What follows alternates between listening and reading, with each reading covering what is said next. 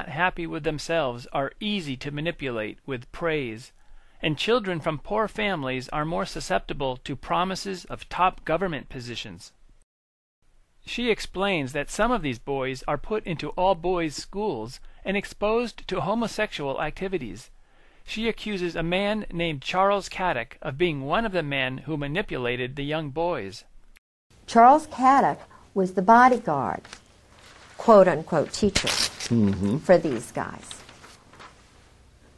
So they would go out and play in the woods, and they were doing homosexual things with them.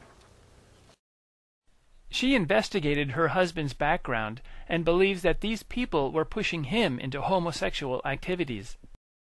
I called all these roommates at the Hun School and at Princeton.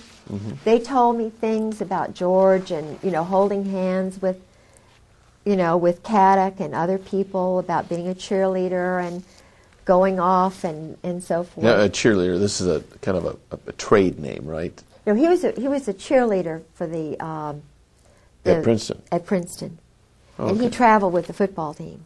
Okay. And here is a guy like that. They put him in the Marine Corps. I don't think that was very nice. Do you know what I'm saying? It was hard for him. She believes that President Bill Clinton was also selected for this program of abuse and blackmail. As you describe this, I can't help but think of Bill Clinton. Well, of course he was. He was one of those profile boys. But the difference between Bill Clinton, and I'm not saying Bill Clinton's better, but Bill Clinton did not he didn't know anything about the assassinations. How would you feel if you had been put into an all-boys school when you were a teenager, subjected to homosexual sex, and offered high-level government jobs? When you rebelled, your brother was murdered. Kay described her husband as drinking every day.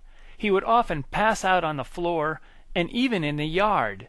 Sometimes he would sit naked in his room.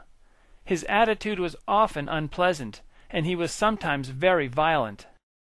You might think that a government official could hold a press conference and complain about the corruption, but unless he is given support by other government officials and the American people, he will meet the same fate as the other people who resisted.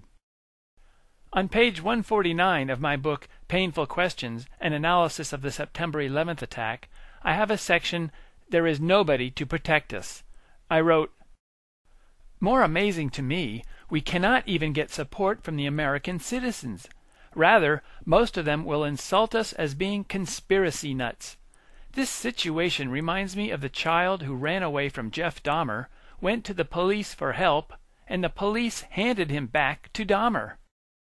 How is America going to improve when the majority of American citizens, including the police, FBI, and military, have no desire to know what is going on in their nation and have no desire to help make the nation better?"